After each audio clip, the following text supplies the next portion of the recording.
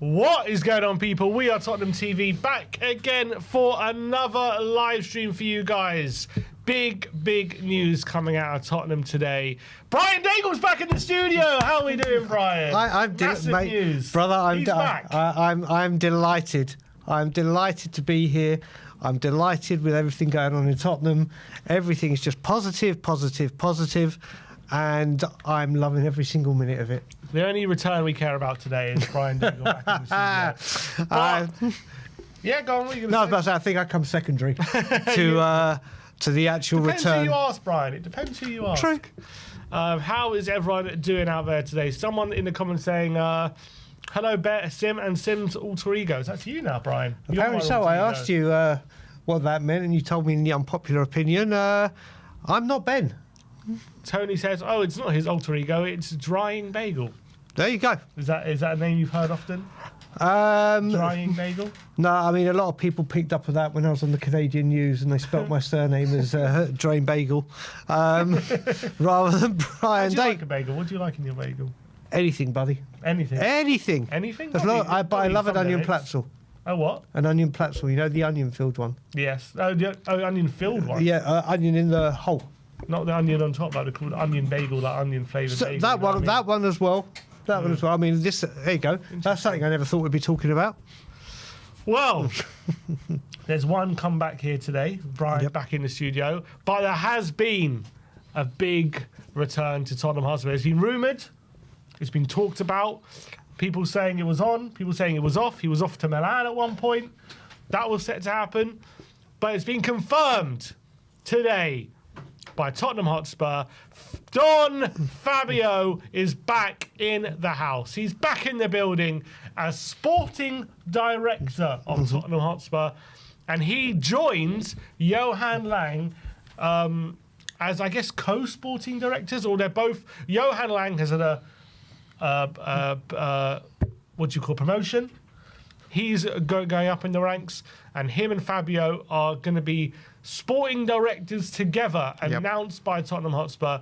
It is big news. The Don is back. A statement reads on the website, we are delighted to announce the return of Fabio Paratici to the club as sporting director. Fabio will partner with Johan Lang, promoted to also become sporting director. This is part of a new structure for our men's football operations designed to strengthen leadership, collaboration and long-term decision-making across all areas of the men's and boys' game. Together, they will lead our men's football strategy and drive an ambitious new chapter for the club. This evolution forms part of the club's continued investment in world-class men's and women's football structure designed to deliver sustained on-pitch success.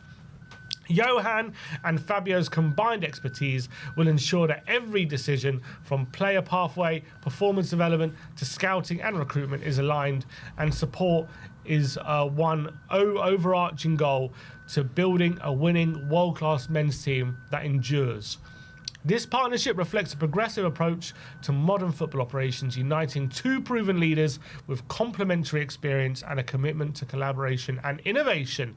Fabio, who returns to the club following a 2-year spell between 21 and 23, after more than a decade at Juventus and a formative period at UC Sampdoria, said, "I'm delighted to be returning to the club that I love." The club that I love? Wow, the club of his heart. There we go. He said he was a boyhood Spurs fan, apparently. There you go. It's his dream. It's his dream. I've been working with Johan, Vinay and Thomas as a consultant for a number of months, and I now look forward to returning to London and joining the team full-time. I'm convinced that working in partnership with Johan, we can build a special future for the club and our supporters. Johan, who joined the club in November 23 after a key role at Aston Villa and FC Copenhagen, added, "I firmly believe we were building something special at Tottenham, and I am looking forward to working with Fabio as part of our new men's footballing structure. We are delighted. We have a talented group of staff and players at the club, and we can look forward with confidence and positivity." Tottenham Hotspur CEO Vinay Venkatesham has said, "This is an important evolution in how we operate. The remit of a sporting director today is vast, and by uniting two exceptional leaders in Johan and Fabio, we are setting the foundations for sustained success. They are both outstanding football minds with complementary expertise and strong track records. This structure reflects on our ambition and our determination to compete at the very highest level to deliver for our supporters.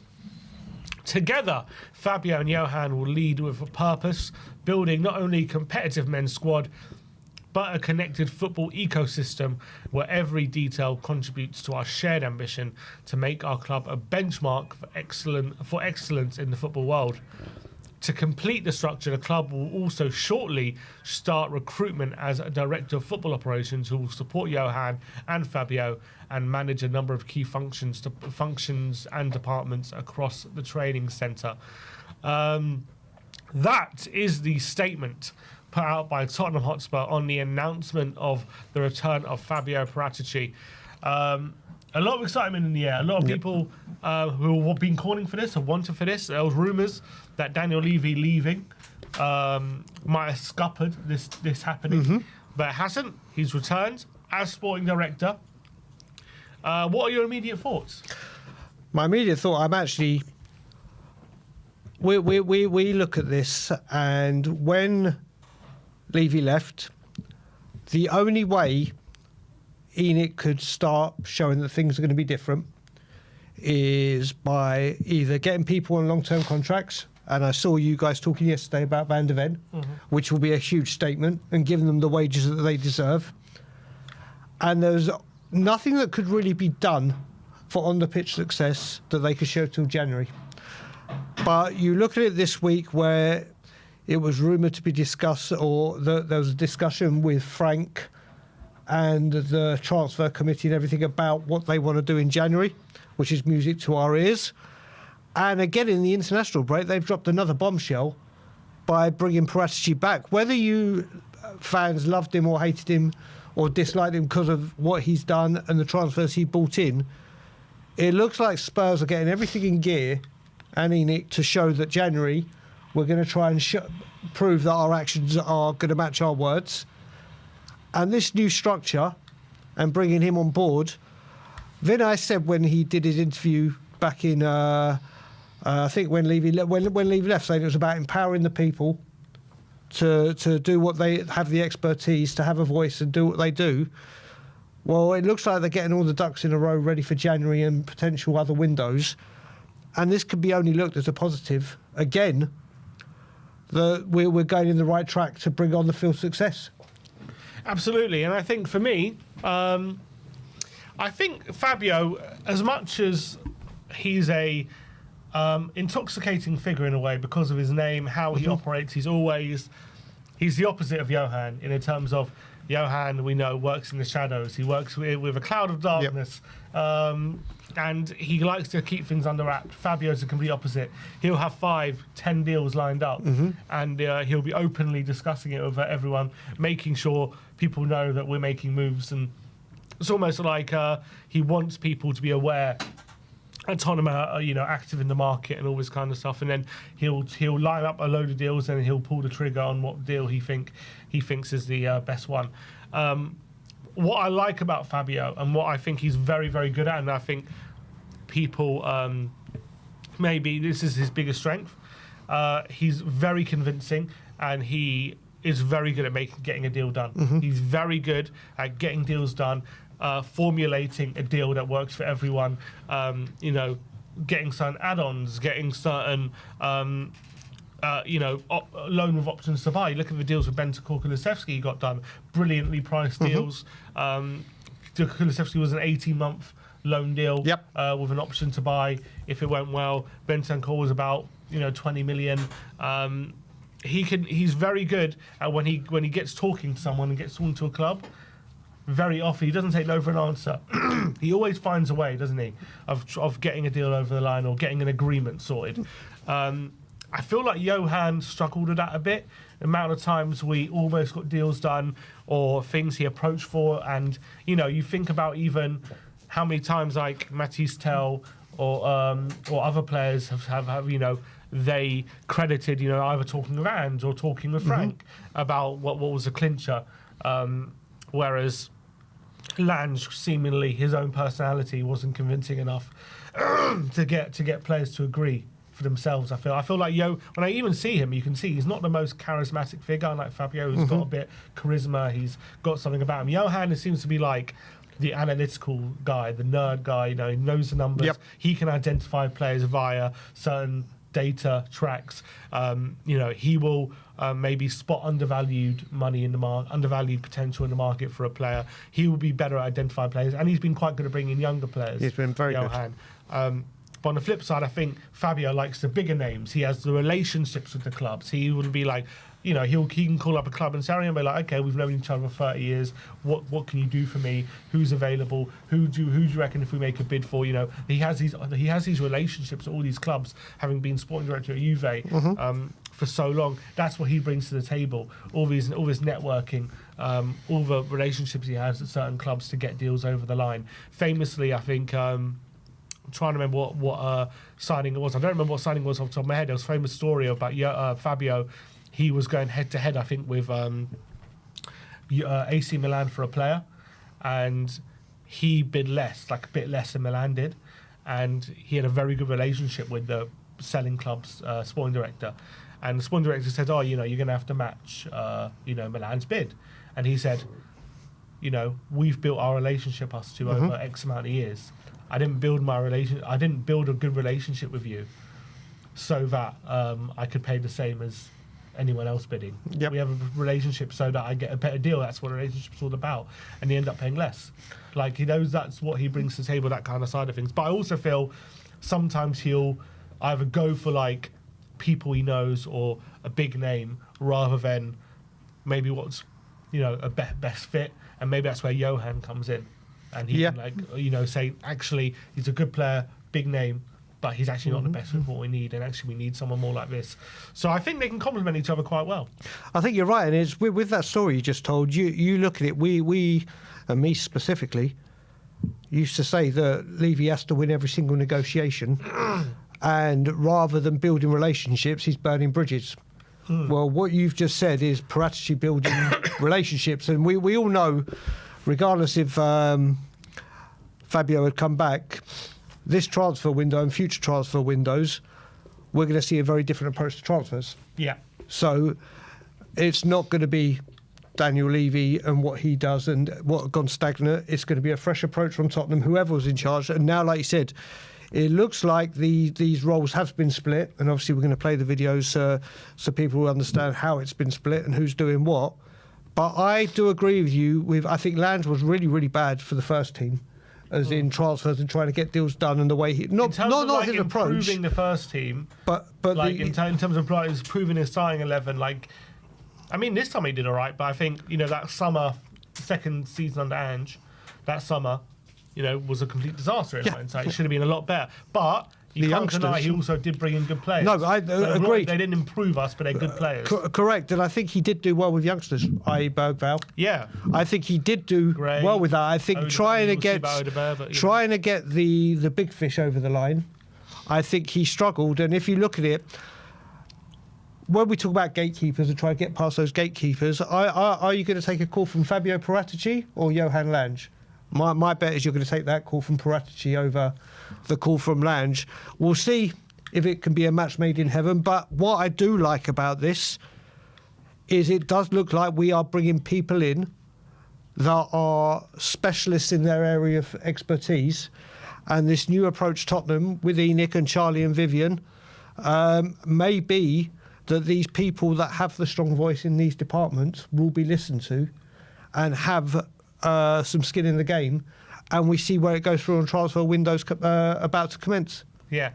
In terms of him getting this role full time, obviously he's been in a consultancy role for the past 2 years.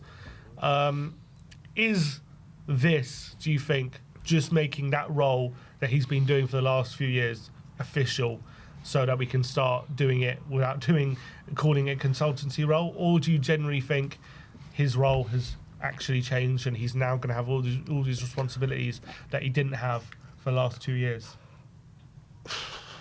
I think it was good that we made it official. I guess the question I'm asking is, was he doing this job for the last 2 years without officially doing it? Do you think? That we'll never know.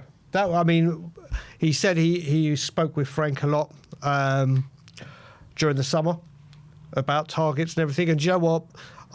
Thomas Frank seems to have approved and said he worked with this kind of two sporting directors set up at Brentford, and we know how well that works. So that's the most important thing, that Frank is approving this rather than we've seen it before. Like Newcastle with Eddie Howe, the manager and director of football relationships can turn sour very, very quickly or be a power struggle. Has Paratici been doing this for 2 years? Yeah, I think so. I think it's the exact thing, but it's good to see it's official. And again now, kind of, we're in uncharted territory, aren't we? Has Paratici, like Paul Mitchell and other managers, lost out on potential players because of Levy's micromanaging or him not approving that one? Well, we're all going to see in these future windows, aren't we? If it had been Levy holding us back, or if Enix's actions speak, or words speak as loud as their actions. It's just a very refreshing and optimistic time to be a Spurs fan. And Johan getting a promotion, so they've both got the same title. Obviously, there's been a lot of criticism for him over his time at Tottenham. A lot of people saying, has he, questioning whether he's done a good job or not. As you say, a lot of people praise him for a lot of the work with a lot of the younger players, but when it's come to improving the team, it's been a struggle. But this summer, Xavi in, Paulinho in, Moani in, he's obviously got Kudus in. We've gone quite a way of rectifying that, haven't we? And if you're going to give him criticism last year, you've got to give him praise this year for the transfer window that we've had. Do you think it's a good thing we've kept him on? Would you have liked to see us move on from him? And also another question: will there be a clash of egos with them both being given the same title now? I think that's the big question. Let's answer that first question first, with Land staying. Yeah, are you happy with him staying? With the way the roles have been split, yes. If those promotion, do you know what? It's when we say promotion, is it just giving him a title so he's on par with? Well, they said in the statement they said they're going to give his old job to someone else. So there you go. So that is a promotion. Fair play. Then fair play. Let's see what he's got. Like I said, when they said he's quite analytical and everything, the roles he's been given, he could probably thrive in. I do believe. I think he's been taken out of the spotlight as well, because he was very much under the spotlight when Fabio wasn't here, that he is the main man. Why aren't you on the phone all the time like for Paratici was always seen? I think the new role that he's got, like I said, I'm willing to give everything a go. Now the one I wanted out has gone. Let's see if they can work together. I'm sure they will be able to. They got to deal with Frank as well, and it looks like, from what we've heard, they do get on well. They do have ideas of what they want to do. Fabio will do what he does. Let's see. I am very optimistic for it. Let's see what January brings. Let's see what the summer brings. Then we'll have a better idea, won't we? But right here, right now, everything that Spurs are doing has been positive. 100 million. They've put 100 million in, whether that's for transfers or not. They've put 100 million in, which they've only done once before with the 150 with the war chest. Bentancur signed a long-term contract. It's been in the offing. Hopefully Van de Ven will. We've now got Fabio back, and there's two directors of football. There's meetings being taken place ready to discuss what's happening for January and what Frank wants. So everything seems like it's going in the right direction for on-the-field matters, and we will only truly tell in January and the summer. So I think they're getting all their ducks in a row ready for a productive transfer window. And everything they're doing right now is only positive in the way as a Tottenham Hotspur supporter. I agree. The only reservation I like, in theory, the way these two operate, and they could complement each other. I think they both have different strengths in the market and how they approach transfers and all that kind of stuff. The only thing I do wonder, and I do wonder if it'll ever come to a head, is if Fabio's got a deal lined up and he wants to get it done, and Johan's like, the data doesn't say he's actually the right fit, and there's reasons why we shouldn't sign him. but Fabio's convinced this guy, he's going to be the next big thing, or this guy. It's like, you've got to get him through the door. It's going to be a big mistake if we don't. Like, who overrules who makes that final decision? Are they going to butt heads on that? And look, disagreeing isn't a bad thing. It's not. I don't mind. I think disagreeing is healthy, but it's whether they'll overcome those kind of disagreements and whether their egos will get in the way of both thinking they're right, and how that will be resolved. Maybe they're both, got a good relationship. I don't know, behind the scenes. I hope that's the case. I'm not assuming it's not. I just wonder, when you do this, you give two people the same title. No one is each other's boss. They're both kind of accountable to each other. Who gets the final say? Who's the one who, when push comes to shove, they're going to go with?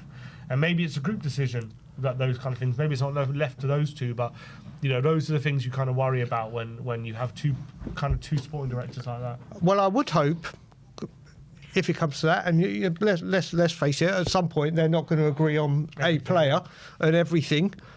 I would hope when that happens, they will go with what Thomas Frank says finally, and say, right, you think this, I think this, but for the team, I feel that Johann's right or Fabio's right, and Thomas Frank will get the final say on approach to that. They're going to disagree, aren't they? They really are going to disagree on certain things, but I would really hope that Thomas Frank and his no dickhead policy and everything that goes on within the club now will now go through him, and he would, in those circumstances, hopefully have the final say. I also think Fabio coming back now at this time is very positive, because I think when he was here first, I think he's a great sporting director, but the way we were operating, I don't think suited a director of football like Fabio. His remit of Juve was, we're at the top, how do we stay at the top for the next 10 years? Let's sign this mid-table Serie A's best player. Let's pick the best player from these weaker teams and keep ourselves at the top. That was the way they were doing it under him. That was his remit. At Tottenham, it was like, your remit is to, get us to a team who's big and get to a team that's challenging for titles regularly, all that kind of stuff. But we obviously, in the transfer market, weren't operating budget-wise for that. Now, I think with new direction we're going in, more money available, I think now's a better time to have him in charge if we're going to operate in a different way. Wholeheartedly agree. Wholeheartedly. I don't think he would have signed Galini's, Brian Hill's, Emerson Royale's out of Juve, would he? I don't think he would have even entertained it. He won't be on a budget, so to speak, as he would have been, and we all know he would have been at the time. So don't get me wrong, Spurs will still work within a structure, but I think now, as they've said, they want on-the-field success. Even when they put the investment in, they said this is the initial, which is the key word in that. I think he will have a complete different remit. I think he will be able to not just try and find diamonds in the rough or people that wanted out of the club like Benson, Cole and Kulusevski. I think that quality of player will be the starting position that we can try and get. And now that Fabio, let's face it, he has got a very extensive list of good relationships and clubs that he's built relationships with, and that can only benefit Tottenham Hotspur now. All right, well, look, that is the news. Don Paratici returns to Tottenham, but we're not stopping there with a reaction. Vinay has been talking to the club official channels about the appointment of Fabio and the promotion of Johann Lang. So we're going to watch his his explanation, an update from him, and about our new footballing structure, and we're going to react to that just before, as well. Before you play it, when Vinay came, a lot of the Arsenal fans said that one of the things they loved Vinay for was the fan engagement. He really took to what he listened to the fans, and we always kept a foot of what was going on, and the fan engagement within the club was at an all-time high. Well, since he's come, and in the short time he's come, you can only say that has spoken volumes, doesn't it? It really, everything. Very good communicator. Very good communicator. Videos regularly. This new weekly, Spurs Weekly, via their YouTube channel. They have started building relationships. Like, we're seeing stuff like interviews with Thomas Frank's team or players. This isn't just after a match, I'll do a quick interview for us for Tottenham. I think what we've done media content-wise and the engagement that's been built up with the fans has been sensational from him. I really do. So for that, he deserves a lot of praise. Absolutely. And I feel like as well, look, we'll go into the video, but when Vinay speaks, he actually talks in specifics. He doesn't just, when Levy would give an update, it would be just a bunch of, vague stuff. Whereas at least Vinay, I feel like he's actually talking to us. He's actually explaining things. Correct. And giving us a bit of insight rather than treating us like we don't need to know. Need to know basis. Yep. All right, let's watch Vinay's update about the change in the footballing structure. Thanks for sitting down with us. A couple of big bits of news. We're saying welcome back to Fabio, and we're saying congratulations to Johan. Tell us a little bit about how their roles are going to work. Absolutely. Well, listen, congratulations to both Johan and Fabio. So Johan being promoted and Fabio being welcomed back to the club. And this is really an important change and an important evolution in our men's football structure. So both of them will become sporting director. And what that means is that we're going to be able to benefit from both of their expertise and both of their experience in terms of how we drive the club forward on the pitch. And whilst this is a new structure, it's probably important to say it's not completely new. Fabio has been working for the club as a consultant, so he has been giving us advice, for example, during the transfer window and also during the process we appointed Thomas. So it's new, but in some ways not completely new. He was involved in appointing Thomas. Yeah. Well, remember they said when they did this that they got their shortlist and they whittled it down very, very quickly, didn't they? It looks like he has. Because everyone assumes Johan being Danish and all that. Frank was very high on his list. You reckon Frank was Fabio approved? He must have been. I mean, let's face it. Obviously, when it comes to talking Thomas Frank, I'm incredibly biased when it comes to this man. But he speaks to everything Spurs need. And also, got to remember, he after the Conte move failed, he pushed for Nuno, didn't he? And he was very similar in terms of career trajectory to Frank. I mean, in terms of overperforming with middle range, with lower Premier League team, overperforming, getting them to Europe, and obviously Paratici appreciated that kind of element. I also think the fact that Frank's a bit more defensively solid. I think Fabio would like that because we saw the managers he liked. He likes managers who got solid. That's defenses. the Italian in him, isn't it? With defensive. When it comes to Thomas Frank, I think it was such a no-brainer for Tottenham Hotspur, and the right decision and a truly great appointment. So whoever was involved, bravo. I think the first thing that will come to mind for fans is it's not common to see two sporting directors. What made you come to the conclusion that this was the right direction for the club right now? Well, the role of a sporting director in modern football is really, really broad. You've got loads of departments to manage, so medical, sports science, nutrition, scouting, performance, data, the list kind of goes on. So it's a really, really big breadth of functions to manage, but it's also very deep. There's hundreds and hundreds of people that work here in the training centre that come under the remit of the sporting directors. So it's not unusual in football to have that very broad remit to be looked after by more than one person. And for me, this means that we have the benefit of both Johan and Fabio. We've got the benefit of both of their skills and, as I said, both of their expertise and both of their experience. So let's break it down then a little bit, because as you mentioned, they both have very specific skill sets. What will they be putting those skill sets towards, and what are the different roles that they'll occupy? Sure, yes, they will definitely both have their own areas of focus, but they will be working as a partnership. So in terms of Johan's areas of focus, he'll be focused on scouting, he'll be focused on performance, he'll be focused on football insights, he'll be focused on performance analysis, and he'll also be focused on the academy. Fabio will be more focused on players, the transfer window, and the loans and pathways department. So they have different focuses, but the reality is they will work together on everything. And in particular, they'll both come together around squad planning and player recommendations. So laying out, which by the way, I love that Vinay, he's happy to specifically lay out whose role, whose remit falls under who. giving us specifics, communicating with us, what Johan's going to be concentrating on, what Fabio's going to be concentrating on. I think in general, when I read the list out, that's exactly what you want. Fabio, transfers, players, all that kind of stuff. Loans and pathways I'm not certain on, but fine. Johan, scouting, performance analysis, academy, younger players. That sounds right. The only thing I would say, why would Johan be focusing on the academy and then Fabio loans and pathways? Surely, maybe that's where they're like. I'm saying those should be focused by the same person, shouldn't they? Well, I understand what Vinay's saying. They're a partnership. It's going to be worked together, but doesn't it make more sense? You're focusing on academy, then also you should also be in charge of the pathway. Yeah, I mean, first of all, before we go, every time he said skill set, I kept waiting to do a Liam Neeson Taken speech.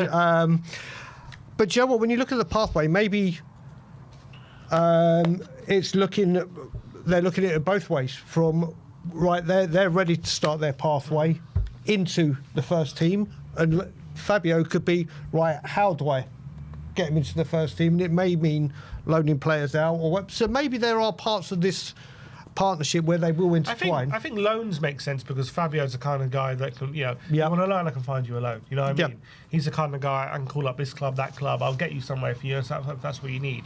But in terms of a pathway, which is directly academy pathway to the first team, to me that seems like that should be in charge. The same guy who's focused on the academy would be the best place guy to be focused on a pathway to the first team. Could pathway also be used though for players out? As in transfers and the pathway to get them out of the football club. Pathways. Yeah, so that could be to get a player out of the club and then bring one of the. Who knows? I mean, obviously they haven't clarified I guess it could be every last bit, but I think Johan Lange's bit is the more interesting one because Fabio, you know what he's going to do. Mm-hmm. He's done this not just at Tottenham, Juventus. We know transfers. If you would ask me, what do I think his focus would be on? I would have said probably exactly transfers. And then now you're seeing Johan Lange doing it where he's not so much in the spotlight. It's a lot of his you're only going to be able to tell in the future, aren't you? Johan Lange's done a good job because the youngsters and this and that has come forward. And it's interesting to see. It's two heads are better than one, they say, don't they? So we shall see what happens. We hope there's no clash. But right now, seeing that broken down, because normally this being done before Vinay and everything, we'd have no clue what them two were doing, would we? We'd literally have no idea what either are doing. It'd be like, right, they're both there. But I think it's been very well spoken about by Vinay, as you mentioned. And it's very clear to us Spurs fans who is dealing with what. Yeah, and I'm glad, I'm happy. Although I do think when he says Fabio's in charge of players, what does that mean? First team players? Does that mean... So what does that mean? He's in charge of players? That's a bit vague, I would say. Because Johan's in charge of, scouting, player performance, performance analysis. Where is it? Let me try to see if I can get it up. I've got it here. So academy, scouting, performance analysis and football insights, and then Fabio's in charge of players. What I'm hoping, what I really hope, because this will be huge for Spurs, is I'm hoping, you said they're going to find someone for Lange's job. I hope that is Gabbiadini. I hope he comes back because he will be massive for the football club. So, again, we're going to have to wait and see behind the scenes, aren't we? I mean, one of the things I love with what Paratici did before he left was what he did for the youth academy. But I remember he came in, he said, I've got a blueprint, this needs to be ripped up. And he got the youngsters to get more money. Things started changing at the football club off the pitch. So now we see what this partnership can do. I actually think when you think about it as well, if that's what... So they've given those roles to the Lange, those, performance analysis, scouting, performance, to look over. I think that is what he wants to be doing. I think that's the kind of stuff he likes. That's what he's good at. And I think given that, Fabio's not been here, he's had to take maybe some of the responsibility where maybe either he's not comfortable, he's not as good at, which is, convincing players, calling the clubs, getting deals done. Well, that's where Fabio lives and breathes. So I think taking some of that responsibility away from Lange can let him concentrate on those things that he's good at, and then Fabio can take over. And I think... I don't know, there was something telling me where that part of it with Lange, he just didn't. He wasn't either good at it or comfortable with that element to things. I think they both had their areas where they needed improvement. Yeah. And their areas of strength. I think Fabio was getting good deals on, but sometimes they weren't the best deals. Yeah, but again, that goes back to could he get it done within the budget? But what I'm looking at with those two now is they're both being used to their strengths, aren't they? So it's like, don't worry about your areas of weakness that we need to try and improve. We're going to give you your key elements to work in those sectors, and they're both going to be very strong at what they do. All right, let's keep going. Okay, so the big question, you have two people working in a similar role. Naturally, they won't always agree on everything. What happens if they disagree on something? I'm certainly not expecting them to agree on everything, and I'm not worried about that, and I'm not concerned about that. In fact, I welcome that. We're going to have lots of big, important decisions ahead to drive the football club forward, and I'm a firm believer in having more voices and having more opinions to make the right decisions. I think having both Johan and Fabio in roles will mean that we will make better decisions. So that will mean that we'll make less mistakes and more decisions that work for the football club. How well do you know? Kind of avoided that question there, didn't he? He did. Well, like we were just speaking earlier, I would hope Thomas Frank is the right answer to that question. But again, this is fresh, this is new. He was asked what's going to happen when they disagree. He just said, let's hope having two will lead to better decisions. Yeah. But I understand that, but he was asked that was one question he was asked, and he just didn't want to give an answer to it, did he? That one he kind of played it on sitting on the fence and grabbing splinters. But like I said, I would hope when it comes to that, Thomas Frank would step in and say, right, guys, let's see what you got to say. Maybe have a presentation, whatever, and go with whatever with the pros and cons or whatever way they do it. You would hope that they would leave that to the three footballing guys, wouldn't you? So let's hope it's Thomas Frank. I've answered it for Vinay. All right, let's keep going. Both guys, I mean, have you worked with them both at length before? What's your relationship like with them? Sure, listen, I've got very good relationships with both of them. I hope they'd say the same when you ask them the question about their relationships with me. But listen, more seriously, I knew Johan a little bit before I joined from his time at Aston Villa. So not well, but I knew him a little bit. And obviously we've worked really, really closely together for the last 4 months. Very smart guy, very forward thinking, very analytical. And has made real significant progress around a number of departments of the club since he joined us a couple of years ago. Fabio I didn't know before I joined, but as I said, he's been a consultant to the club, so I've also got to know him very well over the last 4 months. Fabio, hugely experienced, fantastic network. So I think with Johan and Fabio, we're bringing together two individuals who are very talented, but also to some extent have got slightly different experience and expertise, and I think they'll form a very good team. Obviously for Fabio in particular, it's been a really challenging personal last 2 years or so for him, and he's just delighted to be back in football and back here at Spurs. And how does they... Yeah, and that's exactly what we're saying about Fabio. He said his biggest strength, big experience, big network. And that's what he brings to the table. That's what obviously he's very good at. And that's why he's been appointed, because he's got all that experience of being a top-level sporting director. He's got an amazing network of contacts. And Johan, he's good at some other stuff, like the other things. I will say with this as well, and fair play, listen, I'll put my hand up. I was one of the ones that gave Johan Lang absolutely torrid time over the previous transfer window, saying he's no good, he can't get the big deals over the line. But you hear Vinay mention behind the scenes what he's improved a lot. So we don't know behind the scenes what has gone on, whatever. And if he has done that, and there are things within the behind the scenes at the training ground or within the football club that has improved to him, well done. We don't get to hear it and see it. But like we said, we've got two people with now, and Fabio has his special set of skills. I'm going to keep my take. And let's see what Johan can do. But it's good to hear him also talk, Vinay, openly saying, I've worked with Johan for a bit, blah, blah, blah, and I didn't know Fabio Paratici before. So you get a better understanding of what's going on with them three as well, because that's going to be a big part of this, isn't it? Absolutely. Okay, let's keep going.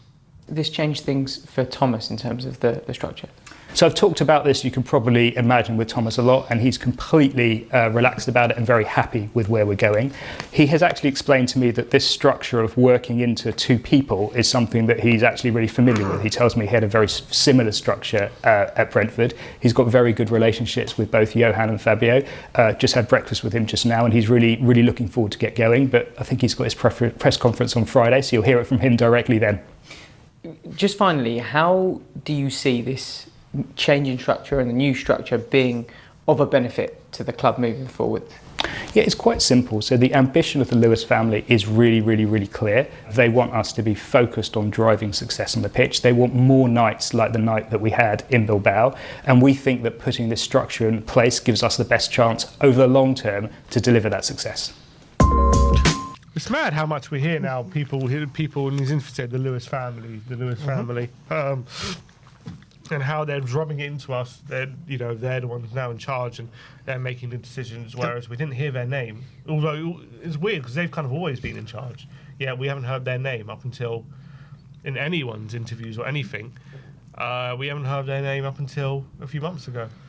A month ago, really. Yeah, I mean, that's fair. Even in the summer, they'll be talking about Daniel leaving. Yep. This is what Daniel Levy wants and all the stuff. And now this is what the Lewis family wants. Yeah, and the most important thing about it, not only the Lewis family want, they keep saying success on the pitch, success on the pitch, success on the pitch, which we knew, or we heard Vivian has wanted for a long time now, and wanted Spurs to move in that direction.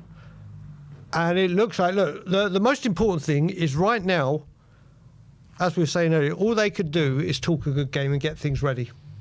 In January, whether you want to say the window is harder, which it is, but I mean, you can get deals done. We'll see it's a brand new WeAre transfers, and the following summer, we will see if their actions match their words or speak louder.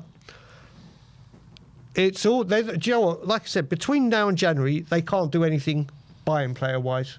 They can just get everything in process, ready to attack the markets, which they're doing. And the most important thing in that, with that interview from me, is when they mentioned Thomas Frank. Is, remember, we saw in the window, he was saying that this transfer setup is very, very different to how I had it at Brentford, and I want to get back to that. That's what works well for me. Well, there you have it. He's got what he wanted. It looks like Spurs are listening to the manager.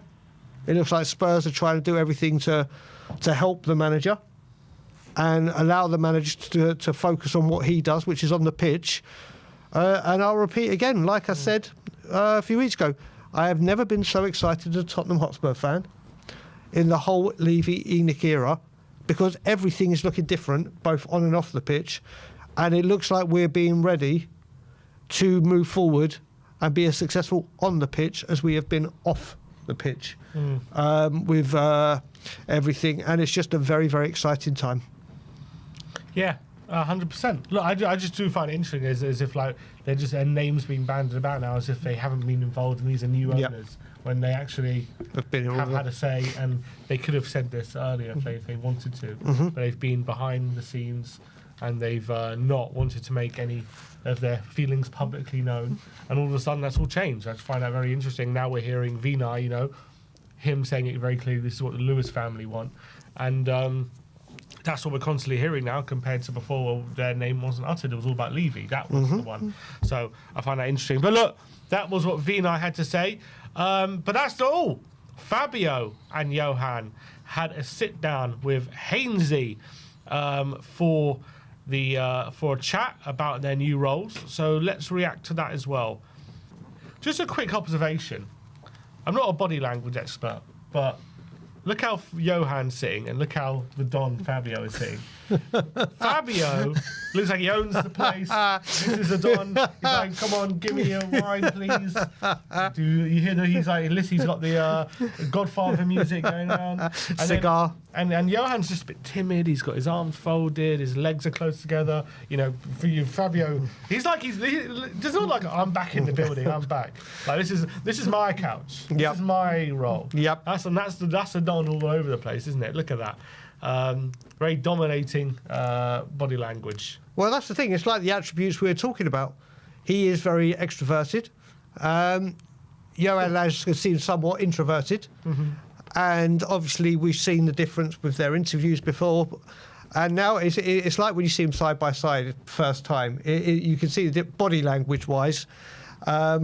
But you are right. Don is looking very comfortable he's already. He's missing a glass of whiskey, a cigar, and some sunglasses. That's all he's missing. And a really. ring. And a nice big fat ring. Johan kissed the ring. Yeah. Exactly. Exactly. I'll tell you what, the what's his name? Ben Daines. Haynes, not Daines. His job has got a lot more interesting and exciting over the last few months, hasn't it? Absolutely brilliant. He does a good job, I have to say. Yeah. No, I've got to be fair to Haynes. He asks better questions than Miles. He does. And there's whatever, yeah. Less said about that, the better. But I think Hainesy's doing a great job. So big up to Hainesy. All right, let's get going. Thank you so much for sitting down with us and sharing some time together. Congratulations, Johan, on the new role, and welcome back, Fabio. How does it feel to be back at Tottenham Hotspur Football Club? So it's a great feeling.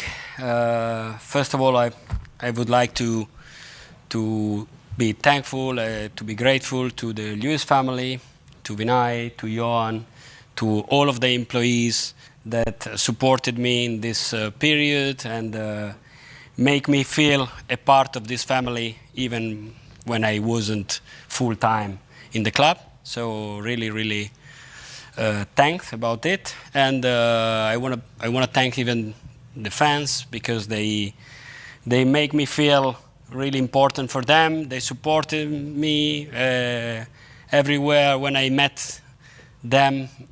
They were really they showed me their love, and it means a lot for me. So for this reason, this club is that club is really special for me. And then back to this role and work joined to Johan and the sport director role is a great feeling for me. He says thanks to the fans. Do you reckon he's seen the Don Fabio memes? Do you reckon he knows Mate, he must have seen a lot of things. I mean, he did get a lot of praise from us Spurs fans, didn't he? As a collective, and during that time, obviously, I think as well, coming back every time people saw him. You imagine how many pictures got taken when he was at the club, when he was banned, but people saw him there on the phone. Yeah. They would have been, oh my God, okay, please God, he's going to be here to help out the club and get transfers done or whatever. No one was having pictures like that with Steve Hitchin. Exactly, or Lange, or anyone. So we love the Don. Yeah, so obviously he's back now. He would have seen it. And yeah. Just look it up. Mate, as soon as we started playing it, you can just see Johan Lange is like but he's just stargazing in his eyes, like it would be if I was sitting next to Thomas Frank. I just began, you know you go. I think we answered the question: who's going to get the final say? I think we know. I think we know. We don't even know. Just look at how they're sitting. I think we know who's getting the final say. So wonderful to hear that you've had great experiences with the fans. This just while you've been out and about all over the world, you've had nice experiences with Spurs fans. Yes, of course, because Spurs fans are everywhere. So sometimes you can meet them in Rome or in Milan or in New York. They showed me really the love that they have, and not just at the stadium, but everyone that I meet someone and they're Spurs fan and they come to me saying thanks or supporting, and that was it means a lot for me. And join the club again and work with close to Johan and Vinay will be great. It's a great feeling to me. Why is now the right time for you? And tell us about the sporting director role. So why is now the right time for you? Maybe my band's over. Yeah, maybe because the band is finished. I love him, sir. I had nothing to do. The band's over now, so I can legally work again. All my hobbies were done. I couldn't be bothered anymore. So yeah, I'm illegally allowed to do the job now, so now I can do it. I think that makes it a good time. I think it is. Yeah. I think when I'm illegally not allowed to, that will be a bad time. So now it's legal. It's a good time. It's a great time. It's a great time to be alive. Sporting director role. So I think he's changing a lot in the last maybe 5-10 years. We have a lot of models, in my opinion, in Europe, a lot of different structure. And we have a lot of models, but in every models, the truth is maybe the job titles are different, but there are at least 2-3% driving the football areas. So we need more persons now, we need more specializations and we have a lot of departments to manage. We have a transfer window, we have the players, the agents, so we need people, and I'm very happy to work with in this group of person. I'm very happy to join Johan, as we know each other very well. I think we are complementary. We have different skills, as I'm so Italians in this way, and I'm so passionate and maybe emotional, and I'm sure that I can be better close to him. And Johan, we're saying congratulations to you, a promotion. What's he trying to say? Johan's not emotional. He's trying to say that he's Italian. If you didn't know, he's Italian. Fabio Paratici is Italian. But no, it's nice to hear him talking about the skill sets, isn't it? And how they will complement each other. Obviously, it's the stuff you want to hear, and it's the press conference they're going to, the first interview, so they're going to be talking about it. But he does seem delighted to be back, and it does look like he's going to have a lot more power. And he just looks happier to be here, doesn't he? And let's just hope he has the power and the backing to bring in the players that he deems can elevate this football club. I'm just going to speed it up a bit because it's a bit long, the video. But yeah, people are asking, why does Johan look so bored? Not bored, awkward. Is it because maybe is a bit of do you know what? It's gone to the point now where things are going so well, we're analysing body language at Hotspur Way on a quick interview. Welcome to our We Are Body Language TV. There we go. Analyse today's body language. Exactly. Next will be a serial killer in his prison interview. All right, let's keep going.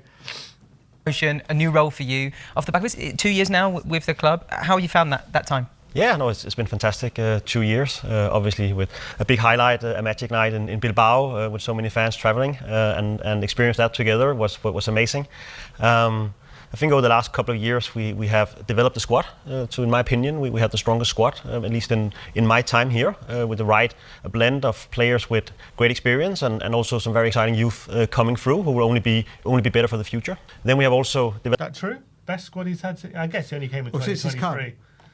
Since he's come, and you've got to remember, right now as we speak, with the players coming back, you would say that Thomas Frank has a much stronger squad. Yeah, the only thing you would say is obviously Son's gone.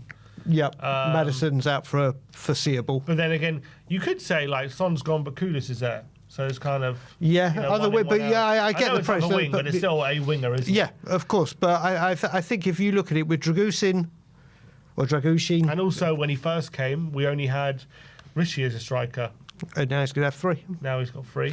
So hopefully both of them back and available very quickly. Obviously, Kolo will be back before Solanke.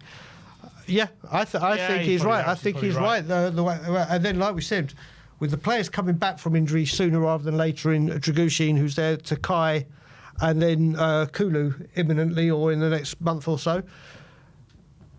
This is a very strong squad. You can see from the sub bench what we've got available. Yeah, he's right. Yeah, I think he's and a blend of youth and experience. I think he's pretty spot on there. Developed the organisation quite a bit, because as Fabio said, the role of the sporting director is a very wide remit. It's not only about setting the best team on the pitch, it's very much also to set the best team off the pitch.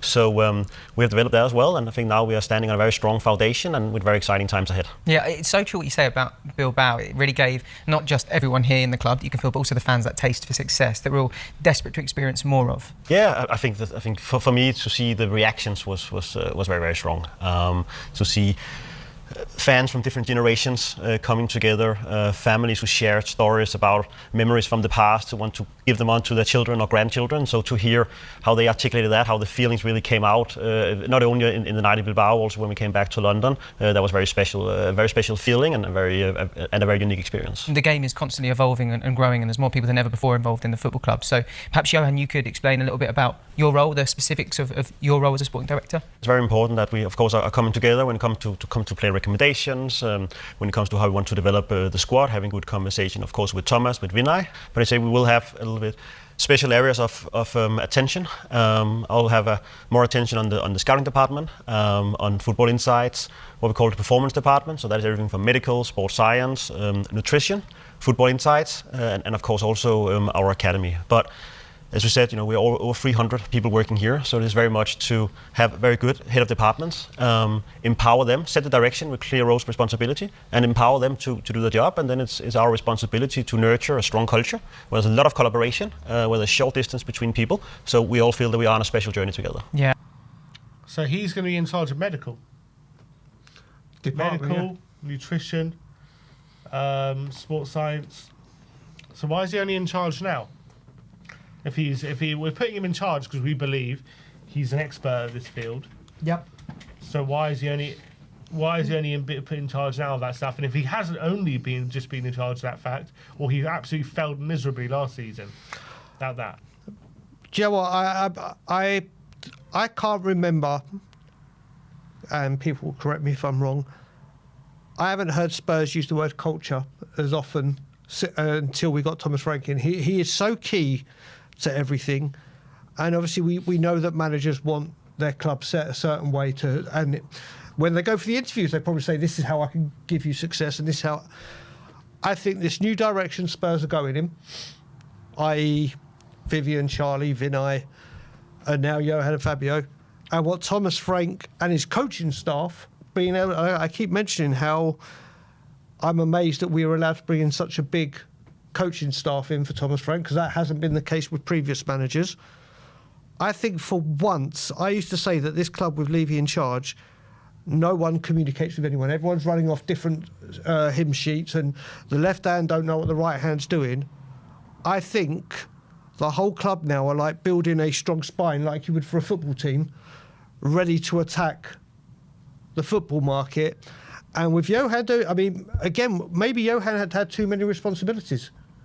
Maybe, like we're saying, Fabio might have had too many because he was dealing with everything. And now these two can deal with what they deal with. And again, the proof will be in the pudding, won't it? Absolutely. But definitely you'd have to say putting someone who's already been in the club in charge of medical is just going to leave you a bit sceptical, just because of how bad medical went last season. And we saw it was an absolute disaster, probably the worst we've ever seen it. And he must have some sort of say in it, didn't he? Unless he didn't have a say because it wasn't his remit, and now he's being put in charge of it. But if he's, so expert, if he's that much of an expert, he's being put in charge of that field, then he really should have had a say last season. And either way, there's something, you look at it either way. But that's quite interesting. So I guess if we have similar problems to what we had last season, Johan's going to be the one taking the flak for that. Okay, would you say this time last year we would have had so few? Obviously Maddison was pre-season, but if you look at it from the start of last season or previous seasons, the injuries haven't really been there, have they? To be fair, they only really came November, December time, didn't they? Yeah, we had a couple. What I'm saying, we had a couple. Last season we were pretty. I think we were pretty healthy up until. You reckon? Look, I'm just thinking off the top of my head, right? But if I remember rightly, up until this point. Okay, so maybe you're right. Because you got to remember the Chelsea game was in November. That was Romero first season. Romero, Van der Ven, Maddison, all going in one game. Yep. And then last season, it was predominantly like that City. It was that City Cup game where it all started going wrong. That was just for that. That was also I think either late October or that early was late November. October. So I'm saying that Van der Ven was still fit by then. Okay. So I'm just saying. All I'm saying is, up until this point last season, we're also still relatively, comfortable with injuries. Yeah, but what I will say with this is, thank God, is we've been rotating players, haven't we? Yeah. Which has been a big benefit. But we'll see. Like you said, maybe now, maybe even Johan Land will look and want to refresh the medical team. Maybe there will be a different approach to it entirely, and not just that. Well, who knows? But like you said, it's all going to be, we know what each one is now selected to do at the club, and we know who will be doing. In terms of scouting, I actually don't mind that, because as much as you can criticise Johan for maybe having a bad summer, I actually think the players we have signed under him have been good. I think the criticism you have of him is not getting certain deals done. But it's not about, I don't think you can criticise him too much about how the players he has brought in being bad.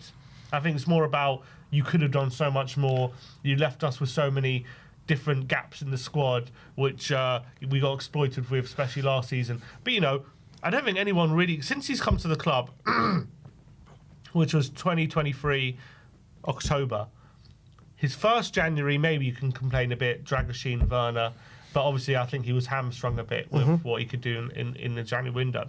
But, you know, he put Gray, Bergvall, Solanke, Odebear.